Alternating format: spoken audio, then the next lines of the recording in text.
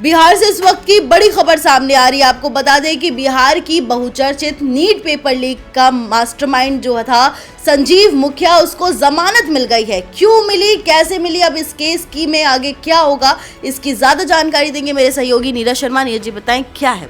देखिए, संजीव कुमार उर्फ संजीव मुखिया जो नीट पेपर लीक कांड का मुख्य आरोपियों में से एक था, उसको सीबीआई की कोर्ट ने, स्पेशल कोर्ट ने जमानत दे दी है। और जमानत की सबसे बड़ी जो वजह रही है मुस्कान, वो वजह है क्योंकि 90 दिन के भीतर सीबीआई जो है चार्जशीट दाखिल नहीं कर पाई।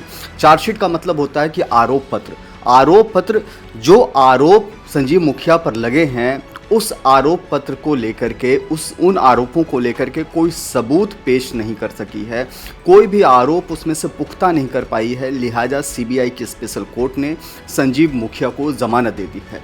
अब पूरा का पूरा मामला जो है सीबीआई के कंधे पर ही है कि कब वो दोबारा से इस केस में एक्टिव होती है, आरोप पत्र दाखिल करती है। और जब तक आरोप पत्र दाखिल नहीं किया जाता तब तक जो है संजीव मुखिया अब जमानत पर बाहर रहेगा। आपको बता दें कि जो नीट 2024 का जो एग्ज़ाम हुआ था, उसमें संजीव मुखिया का नाम प्रमुखता से सामने आया था। पेपर लीक कांड में कहा गया था कि संजीव मुखिया ही वो किंगपिन है जिसने पेपरों में हेरफेर की, जिसके कहने पर पूरा का पूरा षड्यंत्र रचा गया, साजिश रची गई और पेपर का पूरा गड़बड़ झाला किया गया।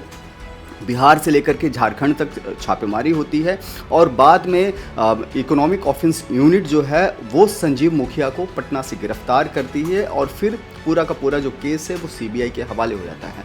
चूँकि मामला बहुत बड़ा था, इसलिए इस केस को सीबीआई के हवाले किया गया है और उसी केस में करीब 49 लोगों को गिरफ्तार किया गया था। अलग अलग लोगों के खिलाफ आरोप पत्र भी दाखिल किए गए हैं। लेकिन संजीव मुखिया के बारे में जो जानकारी सामने आई है, पता चला है कि इसके खिलाफ अब तक आरोप पत्र दाखिल नहीं किए गए। चूँकि 90 दिनों का एक टाइमलाइन होता है कि 90 दिनों के अंदर में आरोप पत्र दाखिल करना होता है, क्लोजिंग रिपोर्ट एक कुछ दाखिल करना होता है, लेकिन वो दाखिल नहीं किया गया। लिहाजा धारा 167 के तहत सीबीआई की जो स्पेशल कोर्ट है उसने संजीव मुखिया को जमानत दे दी। इतना हाई प्रोफाइल केस है, सीबीआई के पास ये केस था और सीबीआई 90 दिनों में चार्जशीट, आरोप पत्र दाखिल नहीं कर पाती है। ये सीबीआई की लापरवाही से कहा जा सकता है। बिल्कुल लापरवाही कहेंगे, क्योंकि इतना बड़ा मामला और ऐसे मोड़ पर ला करके किसी व्यक्ति को जमानत मिल जाना, तो कहीं ना कहीं सीबीआई या बाकी जो आरोप अब तक लगते रहे हैं संजीव मुखिया पर, कहीं ना कहीं सीबीआई का ये बड़ा फेल्यूर है। अगर फेल्यूर नहीं होता तो एक शख्स को जिसको किंगपिन माना जा रहा है, जो मुख्य साजिशकर्ताओं में से एक है, उसको जमानत नहीं मिलती। तो कहीं ना कहीं सबूत का अभाव है, जांच का अभाव है। ये भी हो सकता है कि सीबीआई पर बहुत ज़्यादा प्रेशर हो इस काम का, अलग अलग तरह के काम का, तो हो सकती है कि उसकी जो टीम है वो सबूत नहीं जुटा सकी संजीव मुखिया के खिलाफ, लिहाजा उसको जमानत दे दी गई। बड़ा सवाल ये है मुस्कान कि सीबीआई क्यों इस तरह की लापरवाही में आई, ये बड़ा सवाल सीबीआई के कार्य प्रणाली पर सवाल उठ रहे हैं।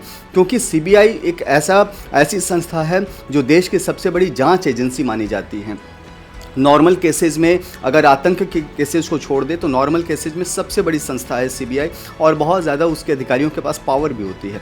तमाम पावर्स और तमाम अधिकार होने के बावजूद भी अगर वो आरोप पत्र नहीं दाखिल कर पाती है तो पूरा का पूरा जो जांच है वो सवालों के घेरे में है। लिहाजा फ़िलहाल संजीव मुखिया ज़मानत पर बाहर आ चुके हैं। अब सवाल ये है कि संजीव मुखिया पर दोबारा कब नकेल कसा जाता है। जी, अभी संजीव मुखिया को तो बेल मिल चुकी है, जमानत मिल चुकी है, तो बाकी अन्य जो दोषी है उनका क्या होगा? देखिए, मैं किसी को दोषी तो कह नहीं सकता, लेकिन आरोपी मैं कह सकता हूं कि बाकी जो आरोपी हैं उनका क्या होगा। तो जैसे जैसे जांच होगी, जैसा हमने आपको बताया कि पहले भी इस मामले में कई आरोपियों के खिलाफ आरोप पत्र दाखिल किए जा चुके हैं, लेकिन संजीव मुखिया का केस ऐसा था जहां पर सीबीआई को हाथ खड़े करने पड़े हैं। अब सीबीआई ही इस विषय पर और बेहतर तरीके से जानकारी देगी कि कहाँ चूक हो गई, कहाँ क्या गड़बड़ी हुई। लेकिन एक बात तो तय है कि पेपर लीक कांड का जो मुख्य आरोपी है संजीव मुखिया को बेल मिल चुका है और इस बेल का सीधा फायदा संजीव मुखिया को मिलेगा। इस बेल का सीधा फायदा जो है उस जांच को प्रभावित कर सकता है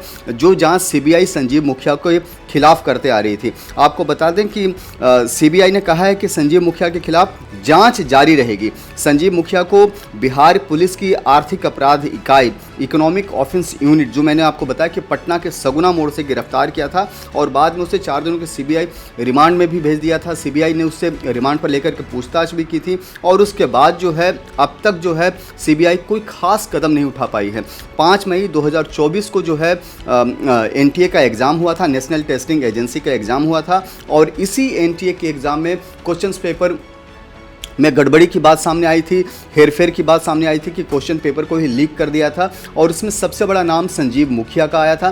संजीव मुखिया मूल रूप से बिहार के नालंदा का रहने वाला है और नालंदा में पहले भी इस तरह के कई काम होते रहे हैं। मुस्कान, मैं आपको बता दूं कि रंजीत डॉन एक शख्स था जो वो भी एम्स के पेपर लीकआउट मामले में बहुत पहले 2003-4 की बात है जब उसको सीबीआई ने गिरफ्तार किया था। अब एक बार फिर से संजीव मुखिया का नाम आना ये अपने आप में बड़ा सवाल खड़ा कर रहा है पूरे सिस्टम पर, सीबीआई की जांच पर। अब देखना यह होगा कि सीबीआई अब अगला कदम क्या उठाती है। फिलहाल संजीव मुखिया के खिलाफ जांच तो जारी रहेगी। जी, बहुत बहुत धन्यवाद नीरज जी आपका। तो मैं बताना चाहूँगी कि बिहार से इस वक्त की बड़ी खबर सामने आ रही है, जहां नीट पेपर लीक का मास्टरमाइंड संजीव मुखिया को जमानत दे दी गई है, वो भी सीबीआई की लापरवाही की वजह से। इस खबर पर ज़्यादा अपडेट के लिए बने रहे ONOG बिहार के साथ। मिलते हैं अगली वीडियो में, तब तक के लिए धन्यवाद।